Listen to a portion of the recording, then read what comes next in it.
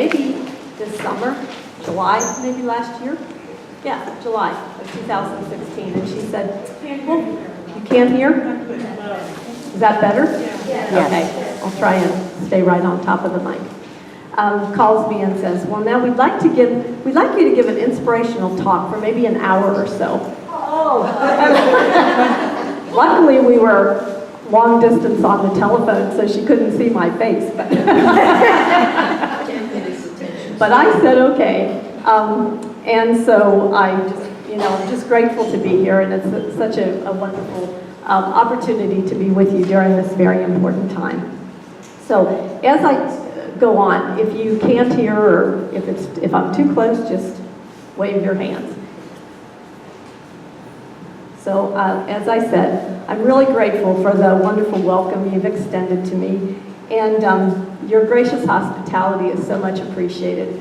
It seems like whatever religious community we go into, we're kind of at home, even though it's not our community, because we have so much in common and we all work for the same purpose and the same mission in serving our God. So when I was asked to give this inspirational talk, as I was saying, and I put that in quotation marks, I wondered what would be my inspiration. I prayed that the Spirit would guide me, and I struggled with what to say.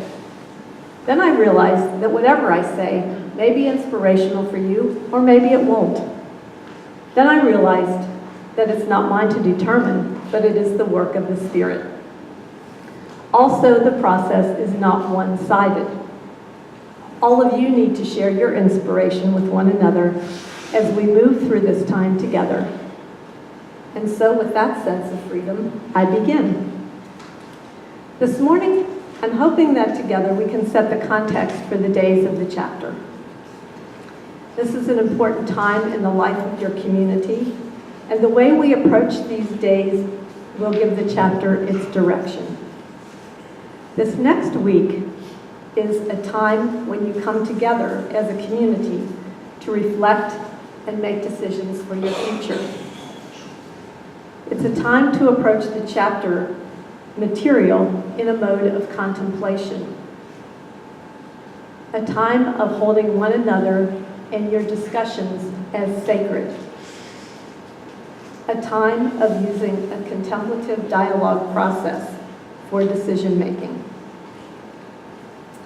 Because we're using this contemplative dialogue process for the chapter, we will pause at significant moments for quiet and prayer as we move through the agenda. It is not just about getting the work done.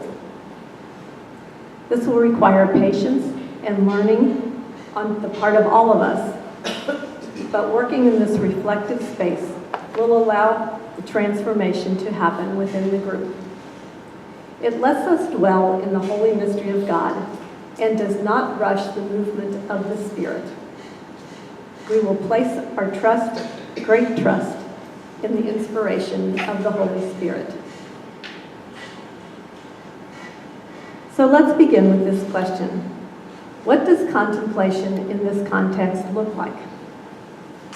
Sister Kathy Bertrand, a school sister of Notre Dame, writes in the LCWR occasional papers that contemplation is about being present to the present, being fully aware and attentive to God's gift and grace revealed in the present moment, to come to a cleared space within where God's Spirit dwells.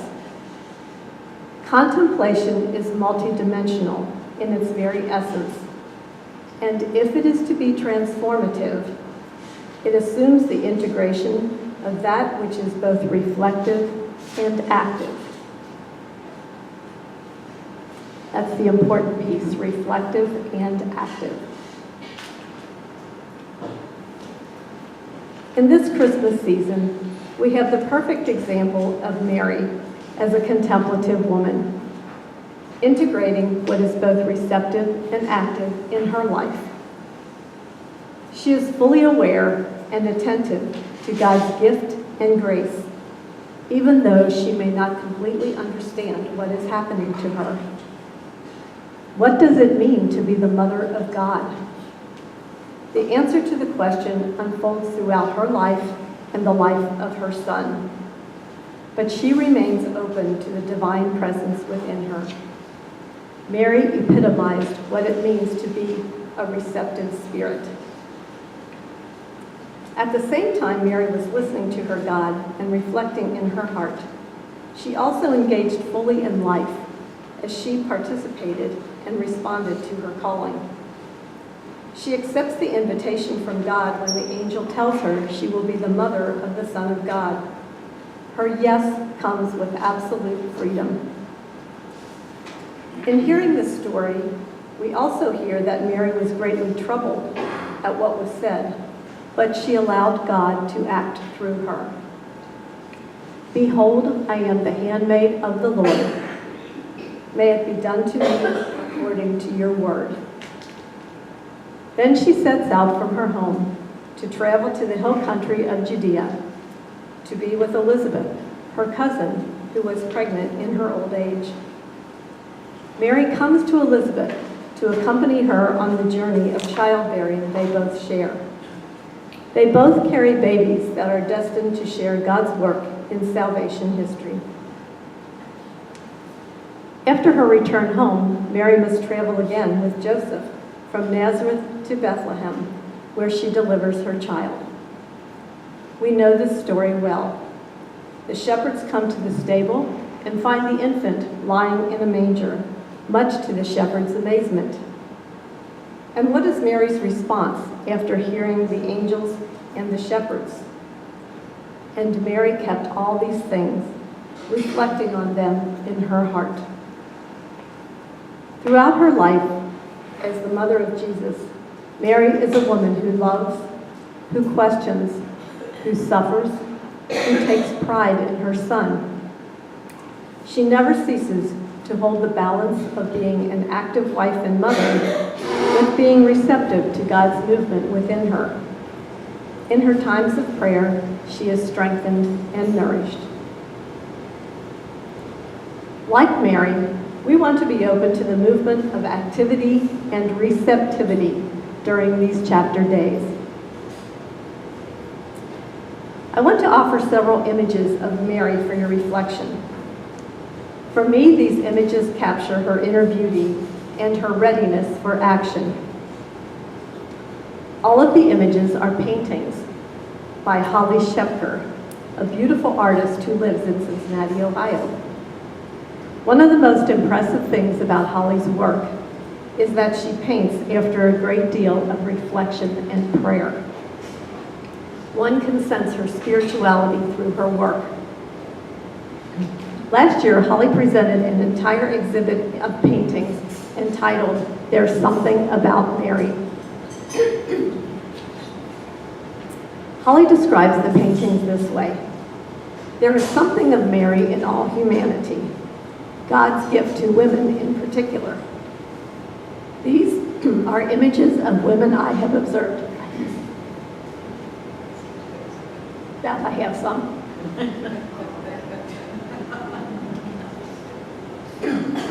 I was trying to hold out till the next picture.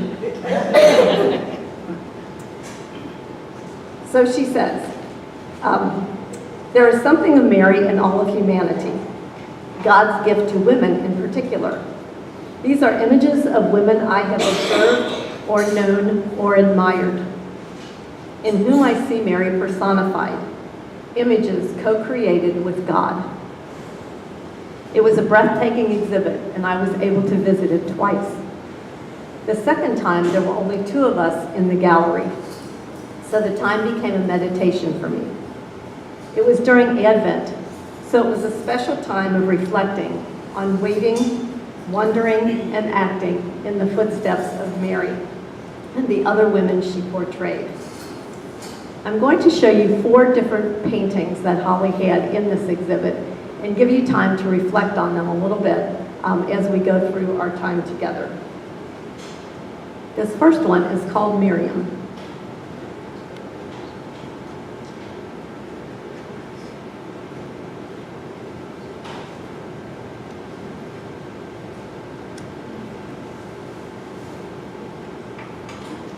The Second, Mother of Golden Light.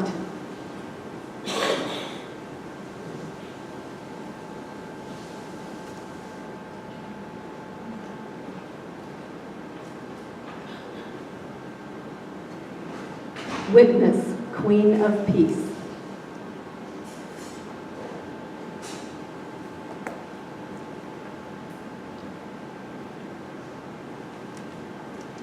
And the fourth one, Weary Travelers.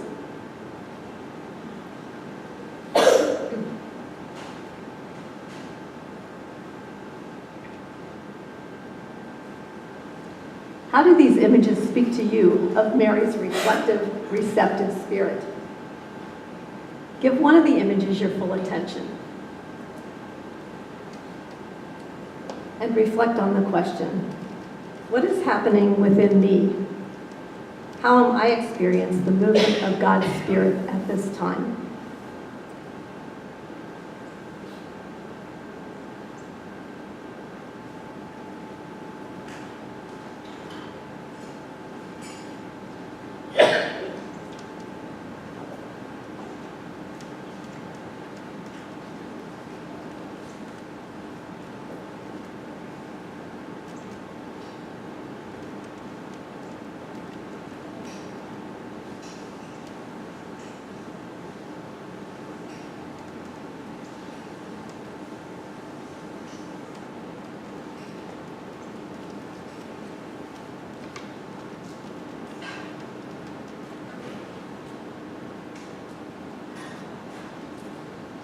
Moving from receptivity to activity, is there an action that one of these paintings is calling forth in you?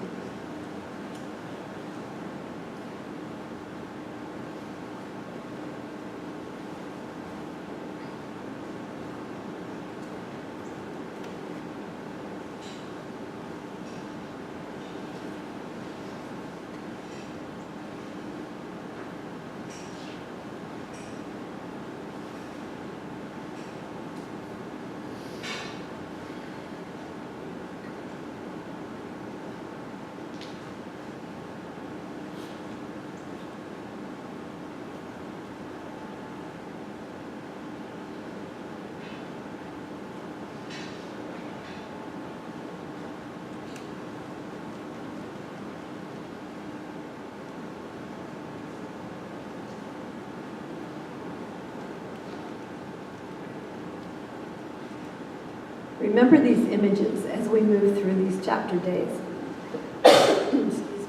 Remember the insights from your reflection and the action to which you might be called. Following Mary as our model of contemplation, we continue to integrate what it might mean for our time together in chapter. As I was reflecting on ways that we might focus on contemplation, I discovered a series of cards that the Leadership Conference of Women Religious published after this past year's assembly. Each card offers a quote from leaders who were in attendance. I chose several of the quotes, which I believe will help us explore and frame what contemplation means in the context of this chapter. The card presents an image and gives a quote which can help us center into a contemplative space. Each offers wisdom and insight for the contemplative journey. I will share several cards and offer a few of my own insights or insights from others. Then I want to give you time to enter into quiet reflection so you can contemplate on your own insights on the quote.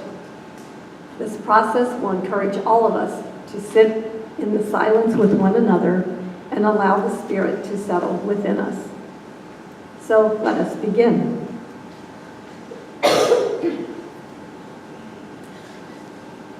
The first quote states, "Live in contemplative space. Embrace vulnerability, and you will be led to the edge." Live in contemplative space. Embrace vulnerability, and you will be led to the edge. Let me share an experience in my life that makes this quote very real. one that is an experience of vulnerability and being led to the edge. It takes place in the mountains. The mountains have always been a contemplative space for me. And living in Colorado, I was surrounded by the beauty of the area. I could look out my bedroom window and I could see Pikes Peak. It was an immediate grounding for me each day as I checked on the mountain as my morning ritual. I came to know many of the mountains. Traveling around the state, a person can experience one spectacular scene after another. Rounding each curve on the road revealed new vistas that spoke of the grandeur of God. You can sit for hours and take in the immensity of God's presence. However, taking in the beauty around me also led to the realization of how small I am in this universe. The contemplative space, if we listen with open hearts, always brings with it vulnerability. When we embrace vulnerability, we will be led to the edge, which is a very scary place, as I'm sure you well know. We all know that we can resist, cajole, ignore, and deny what we are discovering at the edge. But hopefully we listen and recognize once again that God is in charge and calling us to the edge. I'm afraid of heights, so being in the mountains is at the same time spectacular and terrifying. When I am hiking and come to a narrow part of the trail that is right on the edge, I have to work up the courage to trust that I will be okay. No matter how hard I want to hang on, and I mean hang on, I have to let go in order to make it around the bend. When I do, I come to another scene of beauty and I find the courage to continue. It has always been worth the risk. So too it is with God. We sometimes find that in prayer, we are called to move to the edge. If we choose to venture to that edge, who knows what we will discover? Despite our fear and hesitancy, it is a way of growing in the freedom to let go. Here's my image of complete trust in God when I am on the edge. This is scarier than being on the edge of a mountain, too. For years, I have kept this picture of the ballerina as my image of being on the edge and letting God hold me. She is balanced on her toes on one foot. Nothing surrounds her. Her only support is balancing on the finger of God. It's a beautiful image for me of letting go so completely that I place my trust in God as my only support. I could never look that good balanced on one finger. Now take a few minutes for yourself to reflect on the edges in your life. Name the edges you have experienced and reflect on the characteristics of how you respond. More than likely, you will be venturing to a few edges in some of your discussions this week. So how will you approach that edge? Let's take a few minutes of quiet for you to reflect on that.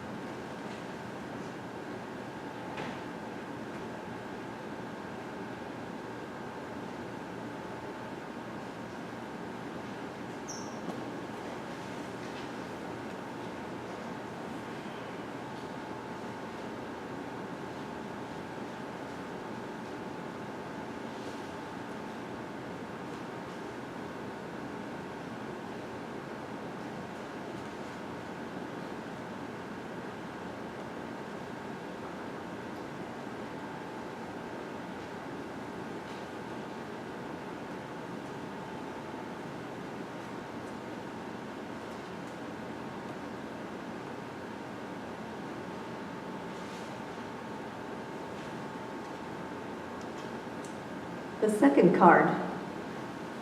The more we enter into the depth of mystery through contemplation, the more we open ourselves to transformation.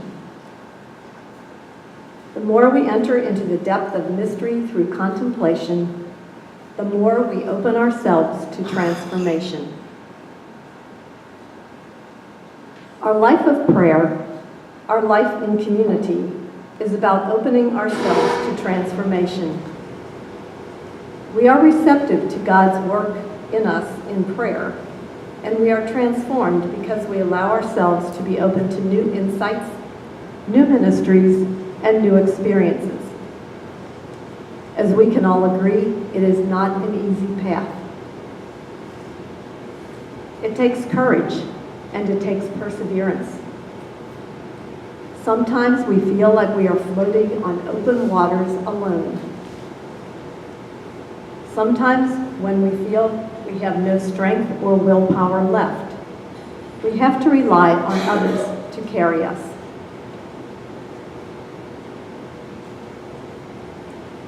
James Martin, Jesuit priest and author, the author of Jesus, a Pilgrimage, states it this way: often when we are in trouble, or doubting, or struggling, we rely on others to carry us to God. Just as we must often do the carrying to help friends who are struggling. This is one of the many benefits of organized religion, as we all need others to help us find God. Even though we may disagree with others and find life in community occasionally annoying and sometimes scandalous, we need others. The community is one way we are carried to God, especially when we are too weak to walk to God on our own. So now you are about to enter a very important time in the life of your community. The chapter is a significant way that the Sisters of Mount Carmel will be transformed, but it is not the only way. What you do here, you do for the good of the whole. And after the chapter has concluded, each one of you moves back into the reality of everyday community life. But how will you have been transformed? Because you have been together here in chapter. Because you have entered into the depth of mystery through contemplation. How will you be transformed? So let's take a moment to reflect on this question. How will you allow that transformation to change you and your community as you live in service to the world? How will you allow that transformation to change you and be open for your community to live in service to the world?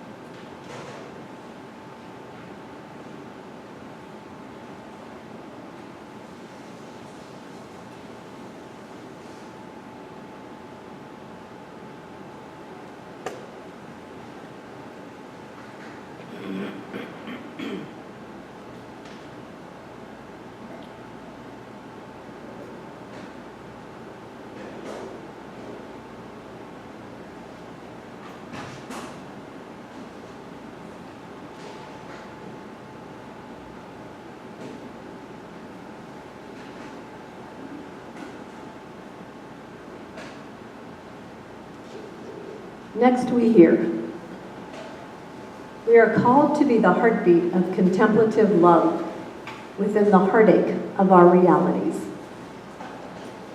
We are called to be the heartbeat of contemplative love within the heartache of our realities.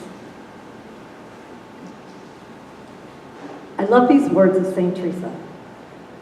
Christ has no body now but yours, no feet but yours. Yours are the eyes through which Christ's compassion is to look out to the world. Yours are the feet with which Christ walks to do good. Yours are the hands with which Christ blesses the world. This quote, which I'm sure is so familiar to you, strikes me as a great mission statement for how you are to be in the world. Your charism, your life of prayer, sustains your receptive, reflective self, but it is your participation in mission that gives it life. St. Teresa describes this very simply but vividly by her words, "You become the bodies, eyes, hands, and feet of Christ in the world." The quote on this particular LCWR card does the same. I love the descriptor in this quote. We are called to be the heartbeat of contemplative love. The heartbeat, the function which is essential to life. The heartbeat conveys the pulsating, life-giving energy of God. How are you the heartbeat of contemplative love to those you encounter? A number of you work in ministries that are clearly the places where you encounter the other. You minister to and with those who are trying to make your communities, your cities, our church, and the world a better place. Some of you may not be involved in ministry as you have been in the past, but that does not mean that your life in mission is finished. From my own experience, I know many sisters who tell me they are not involved in active ministry any longer. Sometimes they say it like it's almost an apology. However, these are the same women who wear me out with their involvements in promoting the mission of Jesus. Think for a minute of ways that you or your sisters who are retired in the official sense of the word are constantly involved in mission promotion in varying ways. Those of you who are still actively involved on a daily basis, serving God's people, couldn't do it without them. Everyone is part of the whole, and the fluidity of the group is important. You are signs of God's presence to one another and to the world, all of you. Your heartbeats of contemplative love help define your calling. And you act within the heartache of the realities which surround you. This can be overwhelming at times. But even though you may be struggling believers in the midst of the world's harsh realities, your Carmelite life in community offers the peace and presence of God's holy mystery to those whose lives you touch. Take a few minutes to reflect on the heartbeat of contemplative love which you offer to others.